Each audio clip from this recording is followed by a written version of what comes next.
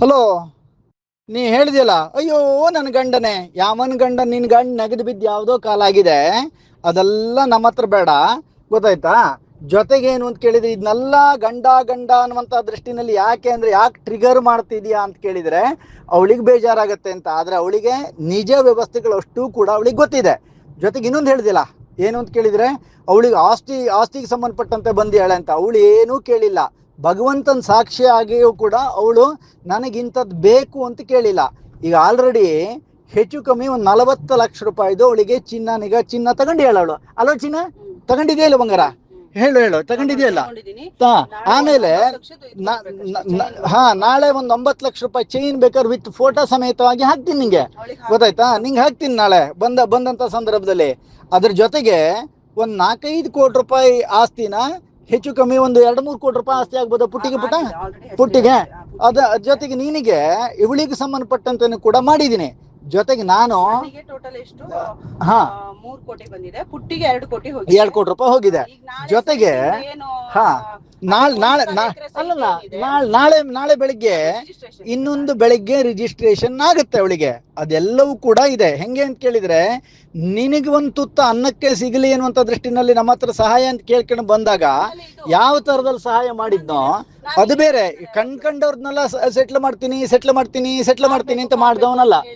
ಹೌದು, ವಿತ್ತು ಅವಳು ಮೊನ್ನೆ ಏನು ಮಾಡಿ ಗೊತ್ತಲ್ಲ, ಮೊನ್ನೆ ಕಾರನ್ನು ತಗೊಂಡ್ಲು ಅವಳು. ಆ ಕಾರ್ ಯಾವತ್ತು ಚಿನ್ನ? ನಿನ್ ಬರ್ತ್ಡೇ ದಿವಸ ಅಲ್ಲ? ಅವತ್ತು ಅವಳ ಅಪ್ಪ ಅಮ್ಮ, ಅವಳ ಮಕ್ಕಳು, ನಾನು ಎಲ್ಲರೂ ಕೂಡ ಇದ್ವಿ, ಆಯ್ತಾ? ಆ ಕಾರಿಗೆ ಸಂಬಂಧಪಟ್ಟಂತೆ 1 ರೂಪಾಯಿ ಅವಳು ಲೋನ್ ಮಾಡಿದ್ಯಾ ಪುಟ? ಲೋನ್ ಮಾಡಿದೆ ಚಿನ್ನಿ? ಅಷ್ಟು ಸಹಿತ ಕ್ಯಾಶ್ ಕೊಟ್ಟು ತಗೊಂಡಿಯಾಳೆ. ಅಂದ್ರೆ ಇದು ಅವಳ ಪರಿಶ್ರಮದ ದುಡ್ಡು. ದಿನ ಬೆಳಗಾದ್ರೆ ಎಲ್ಲೋ ಹೋಗಿ ಡ್ಯಾನ್ಸ್ ಕ್ಲಾಸ್ ಮಾಡಿ, ಹೌದಲ್ಲ ಪುಟ? ಡ್ಯಾನ್ಸ್ ಕ್ಲಾಸ್ ಮಾಡಿ ಅಥವಾ ಬೇರೆ ಬೇರೆ ರೀತಿಯಾಗಿರ್ತಕ್ಕಂಥ ನೀನ್ ಹೇಳ್ದಂತ ಯಾವ ವ್ಯವಸ್ಥೆಗಳಲ್ಲೂ ಸಂಪಾದನೆ ಮಾಡಿಲ್ಲ.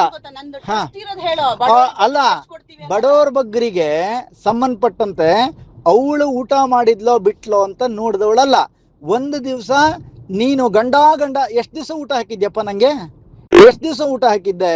ಅಥವಾ ಎಷ್ಟು ದಿವಸ ನನಗೆ ಏನೇನು ಗಿಫ್ಟುಗಳನ್ನು ತಂದು ಕೊಟ್ಬಿಟ್ಟಿದ್ದೆ ನನಗೆ? ಅವಳು ಕೊಡಿಸಿರೋ ಅಂತ ಗಿಫ್ಟ್ ಇದೆಯಲ್ಲ ನನಗೆ, ಹೆಚ್ಚು ಕಮ್ಮಿ ಒಂದು 6-7 ಲಕ್ಷ ರೂಪಾಯಿ ಕೊಡಿಸಿಲ್ಲ ಪುಟ ನೀನು? 6-7 ಲಕ್ಷ ರೂಪಾಯಿ ಗಿಫ್ಟನ್ನು ಕೊಟ್ಟಿಯಾಳೆ. ಅವಳು ದೋಚ್ಕೊಂಡೇ ಹೋಗೋ ಅಂತ ಮನಸ್ಥಿತಿಯ ಹೆಣ್ಣು ಮಗಳಾಗಿದ್ದಿದ್ರೆ ಇದು ಯಾವುದು ಕೂಡ ಮಾಡ್ತಿರ್ಲಿಲ್ಲ. ನಾನು ಕರ್ಕೊಂಡೋಗಿ ಶಾಪಿಂಗ್ ಮಾಡಿಸಿದೆಯಲ್ಲ ನೀನು, ಗೊತ್ತಾಯ್ತಾ? ಪ್ರತಿಯೊಂದನ್ನು ಕೂಡ ಕೊಡಿಸಿಯಾಳೆ ನೀನು. ಹೌದು, 5 ಲಕ್ಷ ರೂಪಾಯಿ ಚೈನ್ನ ಅವಳು ನಂಗೆ ಭಿಕ್ಷೆ ಆಗಿ ಅವಳು ಕೊಟ್ಟಿದ್ದೆ ಬಿಟ್ರೆ ನಂದಲ್ಲ, ಗೊತ್ತಾಯ್ತಾ? ಅವಳು 5 ಲಕ್ಷ ರೂಪಾಯಿ ಚೈನ್ ಅನ್ನ ನಂಗೆ ಮಾಡಿಸ್ಕೊಟ್ಲು ಬಿಟ್ರೆ ಇಲ್ಲಿಂದ ದೋಚ್ಕೊಂಡು ಹೋಗುವಂತ ಯಾವ ವ್ಯವಸ್ಥೆಗಳನ್ನು ಕೂಡ ಅವಳು